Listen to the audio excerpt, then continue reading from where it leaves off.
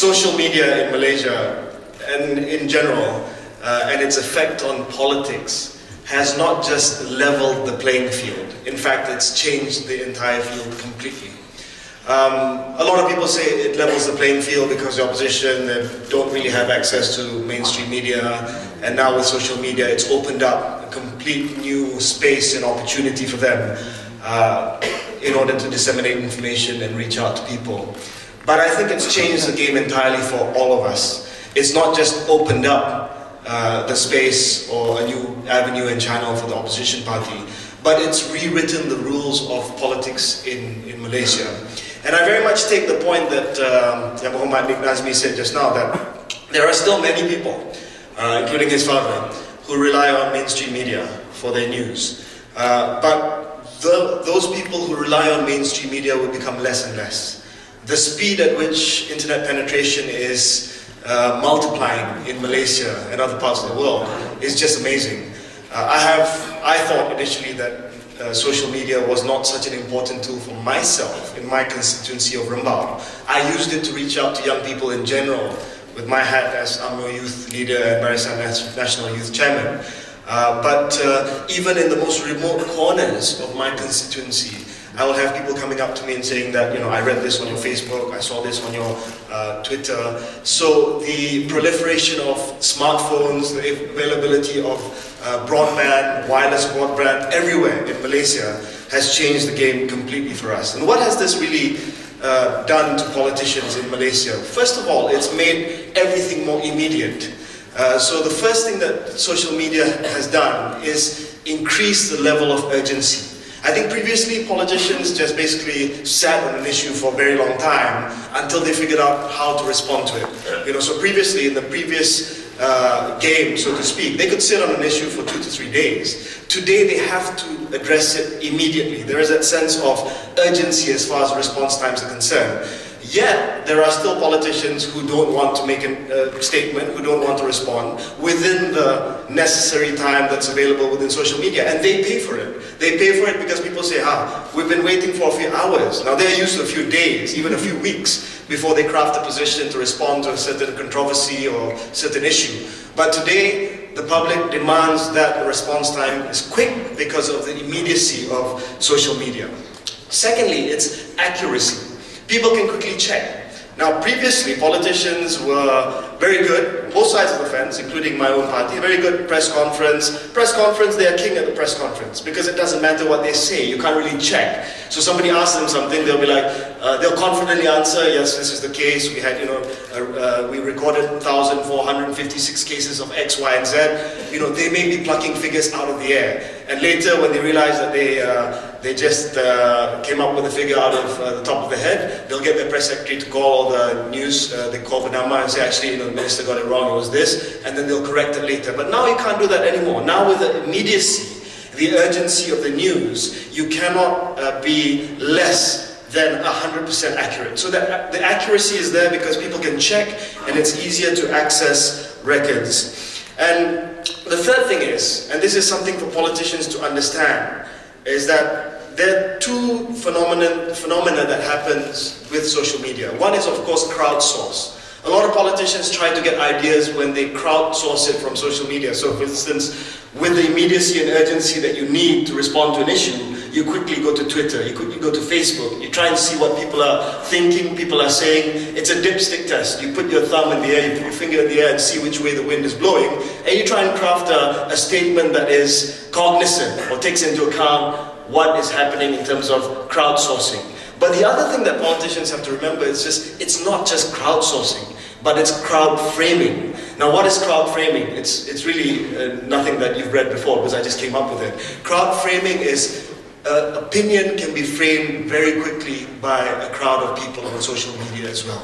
Crowdsourcing is when you get ideas. Crowd framing is when something comes up, an issue comes up, a statement is made, a position is taken by the government or by the opposition very quickly. Very quickly, public opinion hardens on a particular point, especially when there isn't a view on the other side. So for instance, if you take crowd forming of an issue in Malaysian Insider. Anas gave that example just now. Any particular day, any particular issue, the crowd framing on Malaysian Insider means that Barisan Nasional will lose the next general elections. That's just the Malaysian Insider. If you go to crowd frame on somewhere else, you'll see that it may be something different. But people who go to a certain place will have their opinions formed and framed by the public opinion, by the previous commentators who try to move the discussion in a certain way. And why does crowd framing happen? It's because after a while, you don't want to think. After a while, after you're the 50th commentator on Malaysian Insider, you don't want to come up with another view. Because if you come up with another view, you're going to get minus 256. You're going to get insulted.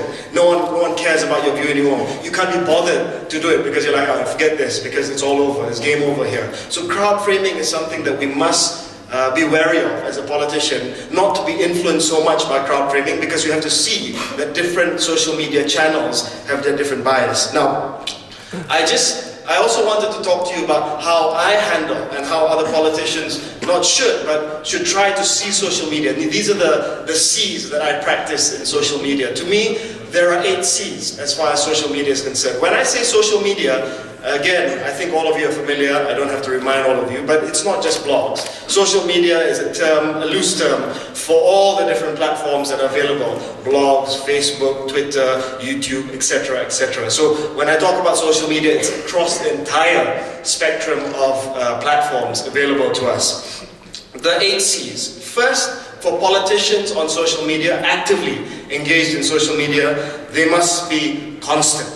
This is what YB Nazmi said. They cannot just set something up, set a Facebook page up, set up a Twitter handle and say, I'm social media, I'm on social media, I'm social media friendly, if they don't update it for 236 days. Because you can see the last tweet, 236D. That means the last time they updated it was 236 days ago. Or they get an admin. That's the worst thing to do. They get an admin to update their Twitter profile as themselves. I mean, if you want to do it, you put brackets admin, so it's more genuine. So it has to be constant engagement with people. You can't just set something up and hope that that's going to fulfill your KPIs as far as social media is concerned. A case in point was the Singapore general elections. I looked at all the candidates standing because I want to see how they treated social media at the last Singapore general elections. And when I saw that all the candidates from the opposition had a Facebook page, had thousands of friends on the Facebook page, I wanted to see what the PAP was doing, the ruling government was doing, because I wanted to see how an old party adapted to new environment and new circumstances. And I was surprised because all the PAP candidates had Facebook page, a Facebook profile, Facebook page. So one would assume that, okay, they're doing well. But I went a step further and I clicked on their Facebook page. I clicked on about 20 of them to see how many friends they had. The PAP guys had on average about 10 to 15 friends. So what does this show? This shows that they were not constant in terms of engaging people on social media. It was just a checklist. It was just, the Malays will say, just nak melepas patut di tangga. Just so that you can say that cukup syarat, a fulfilled condition of social media. So one, you have to be constant in terms of your engagement. Secondly, you must be consistent / credible. Yeah, this is the second C, the 2 C's there. Consistent is credibility. What does that mean? People can archive and access what you said before. It's not just speaking today in front of you and saying something else today to another audience. It's about what I said today versus what I said a year ago versus what I said 2 years ago. People can accept that politicians modify, change their position, but when you say something with conviction and you've done something completely different within 2 or 3 months, say for instance, there's no credibility. Social media allows you to have that consistency and credibility when you can demonstrate over a certain period of time that you've stuck to your guns, and no matter who you speak in front of, whether it's engaging with a crowd like this today, whether I speak to my UMNO audience, the core message is the same. I've not deviated from the core message. Third is cool and contemporary. It's again the third C, it's 2 C's, cool and contemporary. It's pretty much the same thing. We have to understand one basic rule of social media is that the social media news cycle is much shorter than traditional news cycle. What does that mean? It means that what you cannot see on your Twitter timeline is considered old, ancient news. What you cannot see on your Twitter timeline is news yang sudah basi, berita basi. So you have to be contemporary, you have to be cool, not in the sense of trying to be what you're not. You can be absolutely who you are, but you have to make sure that it is relevant to the times, it's relevant to what is happening around you. So for instance, if today I tweeted something on the KFC, the Battle of KFC, then it's completely basi, it's completely old news. But if I were to tweet something today, for instance, on something that happened immediately today or yesterday, for instance, the deportation of the Saudi journalist, it's something contemporary, and I'm seen to embed myself in the social media cycle. So social media cycle and news cycle completely different. The news cycle, the traditional mainstream media news cycle, is adapting itself to the social media cycle. So what you see in the newspapers tomorrow, in fact, is an adaptation and a value added on what happened on Twitter and Facebook the day before. The fourth C is candid. This is absolutely important for politicians to remember. When you're on social media, as YB Nick said just now, they don't want to know your appointment schedule. When the Prime Minister first came on social media, his Twitter feed was very simple. 4 p.m. meeting, 5 p.m. meeting the President of Bosnia, 6 p.m. Meeting with civil servants, 8 p.m. dinner with the Chamber of Commerce. So a lot of us gave feedback saying that this is the wrong kind of interaction that people want to see with the social media, with practitioners of social media. People want to see who you are behind the veil of officialdom, that people know you as a Prime Minister, or people know you as a leader of the opposition, people know you as a Member of Parliament for Rumbau. They want to know what makes you the person you are. And they can accept that social media, sometimes you'll tweet about what you do in your kawasan, gambar, bagi apa bantuan kepada your voters in your kawasan. But at the end of the day, they also want to know who you support, which football team you support, Manchester United, FYI. They also want to know what you thought of the game last night, what you think of certain issues, what you think of the cinema. So, you know, these things add color to social media, and being candid is very important in making people trust and people like you on social media. The next C is to be careful. Now, this is something that not many people say, but careful because immediacy and the sense of wanting to tweet or say something urgently can lead to casual comments that are misinterpreted. You know, I've suffered this as well. Sometimes you want to say something, you forget that you don't have, you know, 1,000 people following you anymore. You have tens of thousands of people following you. It's picked up by news organizations, it's picked up by online news portals, it's picked up by the mainstream media, and you don't have that space or time maybe to clarify it, and suddenly the thing has spiraled out of control. So it's very important to be careful. The tendency is to say something quickly because of the immediacy, because of the speed at which you have to operate, but you just have to check yourself and say, think to yourself and say, if I say this, will it be taken out of context? The next C, seventh C, is the sixth C, is conciliatory. There's nothing worse than a politician picking a fight on social media. I mean, all of you have heard this term called trolls. Trolls exist everywhere. And for a politician, the most common person we meet on social media are trolls. You know, everyone wants to have a go at you. It's the best thing, because you have a go at a politician, you can say, look at my tweet, you know, I had a go at this guy, I had a go at me, he didn't say anything, I won the conversation. So it's very important for a politician, don't fall for that trap. The worst thing that you can do is pick a fight with somebody with 2 followers. That's crazy, that's suicide, because when you pick a fight with somebody with 2 followers, and suddenly somebody else picks up on it, you've elevated that person from having nothing to suddenly somebody who's punching at the same weight category as this big-time politician. So it's very important when you engage, don't get too excited, don't pick every single fight that comes your way. Take something that you think is reasonable, that's something that has good coverage, and something that you think, you yourself think there's an exit plan, an exit policy from that particular altercation or interaction. The seventh one is convertible. 7th C is convertible. What does convertible mean? Social media interaction must be convertible into real life action and interaction. Whether it's into a policy response or whether it's just into having a tweet up, it shows that what happens on social media, Facebook, blogs, Twitter, doesn't just stay on social media and has a real impact. And I think for instance, you know, the Prime Minister has done it quite well in terms of having tweet-ups. You know, he's taken it from just having a static or sometimes dynamic conversation on Twitter and Facebook to having a real-life interaction where actually a lot of people appreciate the fact that he's invited people to his house to watch football based on an interaction from social media. So that convertibility is very important. Otherwise, as Nick said just now, it's just about Twitter activism or social media activism, which actually means nothing unless you convert that energy that you feel and that you get in social media into something real, whether it's a policy response, a meeting, or a gathering that happens in real life.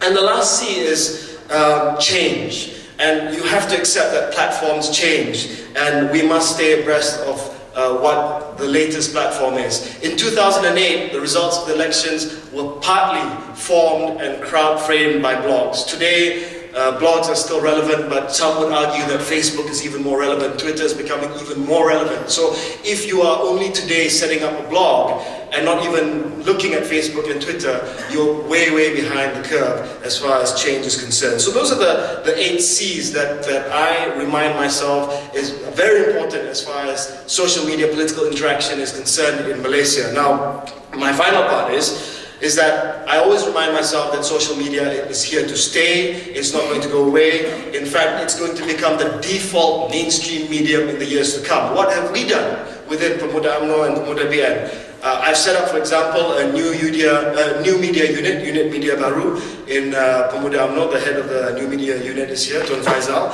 And this caters for a diverse group. Some of you may say, oh, this is UMNO cyber trooping, this is trolling opposition members and all that. But if you look at the entire spectrum of what we accommodate and what we provide for readers of social media within UMNO and Barisan Nasional and our news cycle, it's actually more than just trolling, more than just cyber trooping. It's actually providing real-life information, providing intellectual discourse and debates, and you can come to any one of our sites. If your particular tendency is for trolling, you can go to some of our trolling sites. If your particular tendency is for real-life intellectual debates, then those are available as well. But you have to understand that there is a spectrum that is there, and you can't just make a generalization based on one blog saying that, this is Papa Gomo, that's Barisan Nasional. It's not true, Papa Gomo is a supporter of Barisan Nasional, but he doesn't represent the party, and he's not the entirety as far as our social media spectrum is concerned. Now, we have to understand that change is relevant. As far as I said, change is important, and you have to understand the power of social media. Many people say mainstream media is still important, but some politicians have more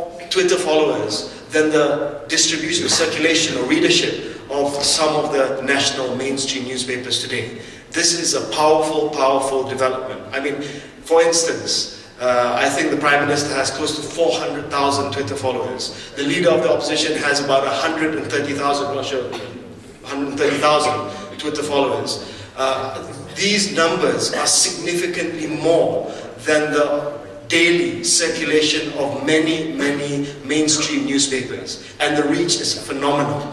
And the bite-sized news information guarantees that it's read by most people. Most people don't read every single story in the newspaper, but a tweet of 140 characters, easy to read, easy to digest, and easy to respond to. Now, I just want to end by saying this.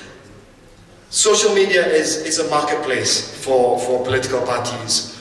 Anas just now said that what social media does is that it polarizes us into different streams, it confirms biases, it strengthens prejudice, and it doesn't create for a vibrant marketplace. I want to tell you that social media is a marketplace for political parties, and when we go in there to win.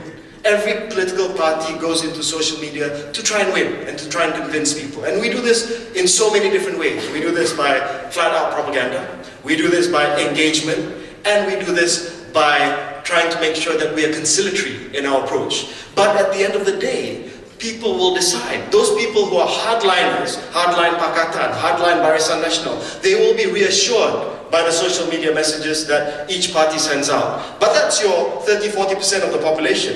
The fence-sitters, 60% of the population. I think they're wait and see. I think to give them credit, they will not be hardened by social media. The example that Anas gave just now is the debate that I had with Rafizi at UKEC. He said that Pakatan came out and said that, Rafizi did better than me. And then BN came out and said that I did better than him. Of course, the initial reaction by both political parties will be to try and claim victory. That's the nature of politics. But you see, the beauty of social media, as I said just now, is accessibility. Accessibility and also credibility. Things cannot be hidden. So after you had 2 days of people claiming victory, PKR claiming victory, UMNO claiming victory at the UKEC debate, what happened? the YouTube came out. The video came out on YouTube. When the video came out on YouTube, surprise, surprise, most people, I don't have a statistic for this, but anecdotally, most people will say that it doesn't matter really who won, it looked like a draw, but the best thing was this thing happened. And this was a great thing for Malaysians because it elevated public and political discourse to a level where it was courteous, it was intellectual, and it was actually fun. So immediately it changed the entire view of the debate from being one of partisanship to one of actually elevating the entire discourse of politics in this country. And that's the beauty of social media, because seeing is believing. If one side claims something, it doesn't mean anything. If I claim something on social media, if I claim something saying that, oh, I just bumped into Wayne Rooney, you know what the response I get would be? It wouldn't be, wow, hebat, oh, you know, so cool. It would be like, tolong tweet pic. Meaning, you know, if I don't see the picture, I won't believe it. So, you know, every time I meet someone famous, I'm like, you know, hang on a second, you know, I get a picture. So seeing is believing, because people will not easily believe what they read in social media. The nature of the game is that we respect people on social media. It's not one-way communication. It's not propaganda a la 1980s RTM. It is something dynamic. It is something where people want to see for themselves before they take an opinion and make a decision on what they're going to do politically. So that's social media to me. It's a dynamic, it's interesting, it's a brave new world. It's something that politicians have to embrace, but it's something that we have to embrace with care, because all these different considerations mean that one little mistake on social media and the ramifications are tremendous. First of all, I just, before I answer the questions, just wanted to respond a little bit on what Bidik Nazmi said just now. He said that social media is still not pervasive enough, which is why in Selangor, I think his anecdote, his story was in Selangor, he met two people who still thought that K. Toyo was a Menteri Besar. I just want to tell him that I have an Orang Asli village in Rembang. And I go there from time to time to look after the infrastructure needs. And there are one or two elderly Orang Asli there who think that Dr. Mahathir is still the Prime Minister. So I think the K. Toyo being the MP is not that bad. But you know, again, it's social media does not reach everybody. I think that's a message. And you know, it will eventually get to people who still think that K. Toyo is the MP and Dr. Mahathir is the PM. To answer Mr. Mustafa Ong, Uncle Mustafa Ong's question about response time. Yeah, of course, it's up to the politicians to accept and adapt to the new response time. And when you don't respond quickly, you suffer for it. Yeah? So yes, it's true that the response time has changed. It's become much quicker. Your complaint is that a lot of politicians don't respond very quickly. Sometimes it's tactical. Sometimes you don't respond quickly because you want to buy time. But sometimes you don't do it because you're just not quick enough. And I think all politicians should make it a policy that their press secretaries or their media aides need to have a cut-off time. In fact, they have to have a KPI for response to issues, especially when the issue is non-controversial, when it's something that is easy to answer to. They must do it within a matter of hours. It cannot even be over 24 hours because the news cycle changes very quickly. I personally try to practice that. If there's something that I can respond to, something that is not too difficult within my mandate, I'll try to respond to it very quickly. But if it requires me to call for an exco meeting to get a consensus amongst my BN or UMNO youth leadership, then obviously it takes a bit of time. But stuff that I can do on my own with the mandate that I'm given, I do it within hours, if possible, if I have accessibility to the internet, etc.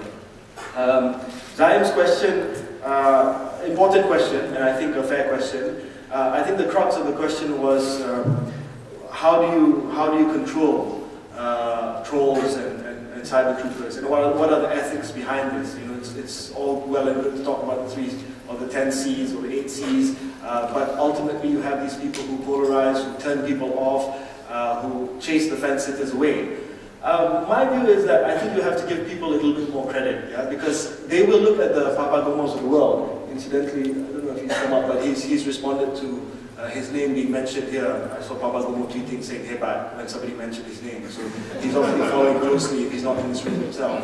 But he doesn't hide behind just an identity. He's quite well known and he's more than willing to show up. and say hi, I'm Papa Gomo, although I don't recommend you engage in person.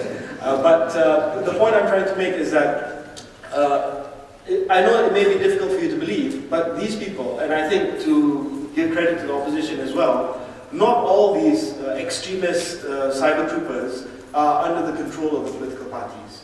Yes, they support us. Yes, people like Papa Gomo support us. Yes, people like the guy who runs, what is it, Tenganu Kita for the opposition. Yes, he supports the opposition. I'm not sure about that guy, but as far as Papa Gomo is concerned, he's under nobody's payroll, he's under nobody's control. And the reason I can say this is that any given day of the week, he can turn on any UMNO or BN politician as well. You know, because he's a fanatical BN UMNO supporter. And the mistake people make is that they associate the party with these extremist cyber troopers, which is not fair. Our medium is very official. You know, we have our union media baru, everything that they write and that they promote, that comes from us. But as far as these fringe elements are concerned, they will always be there. The example that I would give is, as far as the far right is concerned, in mainstream media USA, in electronic media, TV is Fox News. I think the Republican Party, they use Fox News, but they don't own Fox News. They use it because they have a similar editorial and ideological compass, direction as the Republican Party or as the far right. And that's something that we have to accept. But the main thing that we need to do is to try and not associate ourselves with things that come out from these blogs, especially when they're incendiary, when they're unfair, when they're rude. I've made that mistake before. It's something that we have to be wary of in the future. And as far as turning people off in the middle ground, I want to tell you that that's why, as Stephen said, he said 10% is politics, 90% isn't politics. I don't practice that exact same ratio, but when I tweet, I try to tweet stuff that are relevant to people outside of politics as well. Because if you just engage yourself in partisan politics, you're just talking about 10% of the people. The biggest retweet that I got this week was not about politics per se, but it was because of, it was yesterday, when I tweeted saying that the moral police are out in Twitter today, telling Muslims not to say RIP, because people who are non-Muslims will not find peace in the afterlife. That tweet was retweeted, I think, more than 150, 200 times, compared to any political partisan view that I've made. Or a tweet on Manchester United, or a tweet on a movie would get retweeted much, much more than otherwise. So that's how you really engage with people in the middle, to say that our politicians have a view on other things as well. They care more than just partisan politics. The final question is Andrew's question from Australia just now. How is social media changing the way MSM reports the news? Firstly, sometimes it leads the mainstream media. Previously, you had to wait for the news. Today, mainstream media chases after the news that are sometimes generated even by social media. So they'll try and get quotes from politicians. I get calls all the time now from mainstream media journalists saying, you know, KJ, by the way, you tweeted about this, can we have a comment on that? Obviously, they just don't want to quote the tweet because they want to have something more than that. They want to show that their journalistic skills have been employed to something more value-added than just picking off my tweet. So they say, can you say something more than that? So that I'll give them 2 or 3 lines so that they're happy, they can go back and write a story saying, he tweeted this and he said this to me. So that's something that has changed. And secondly, lastly, how has it changed mainstream media? Previously, I know of one newspaper who had an editorial policy of not referring to any blog or any tweet or any posting on Facebook before. They said, we don't come up with a story based on something people said on tweets. Now that same newspaper has every week a digest of what was said on the popular political, socio-political blogs in Malaysia. They take quotes from tweets, they take quotes from Facebook. So it's changed completely in a sense that who's leading the news cycle now? Sometimes it's the mainstream media, but more often than not, it's actually social media. Social media environment. I think Anas's point was very interesting. It's just there, you know, there's no ideal environment. But what I think could be improved as far as the discourse on social media is concerned is very simple. And this is what I want to end with. I really wish that, you know, we have to accept that crowd framing happens in Malaysia. It happens everywhere. But crowd framing in Malaysia does not happen because of facts. Crowd framing in some other countries happens because after extensive debate, discourse, perbahasan yang mendalam, and then you come up with a view through society. But ours is almost instantaneous. You see, the 2 examples I wanted to give, first is the UKEC one. The first 2 days, crowd framing based on partisan lines. Rafizi did better, KJ did better. When the YouTube came out, the consensus was, it was a draw, a win for Malaysia. Malaysia won, neither one won. You see, that's where fact-based, everyone saw it, there was a consensus. But not every issue has a video. Not every issue has the seeing is believing factor. So I'll give you another example. The EPF story last week, where there was a news item saying that EPF would be forced to lend money to subprime borrowers who would buy flats from DBKL. Now again, the problem here is that the crowd framing happened very quickly because the government was very slow in answering the basic question of whether or not this is true. And when the crowd framing happened, you open the TMI story, Malaysian Insider story, you look at the comments, entirely negative towards the proposal. When I wrote an article about it, finally EPF answered, and then the minister answered. It was very, very simple. There's absolutely no truth to the fact that EPF is directly going to lend to the subprime borrowers. In fact, the government is going to assume the entire risk for this scheme. And when that came out, the issue died. Because when it's fact-based, people are willing to accept that this is actually the case. But the danger you run into there is what I said earlier, because of the immediacy, the urgency of getting and responding, Mustafa Ong's point just now, if you're slow, then the crowd framing goes against you, and automatically, when it's not fact-based, it's emotionally charged, it's highly partisan. So what I want to see is that quicker response, more facts out there, more intelligent discourse, intellectual debate out there, so that when the crowd framing happens, it's based on facts, it's actually something that is rooted in reality, and not something that is driven by partisan emotions.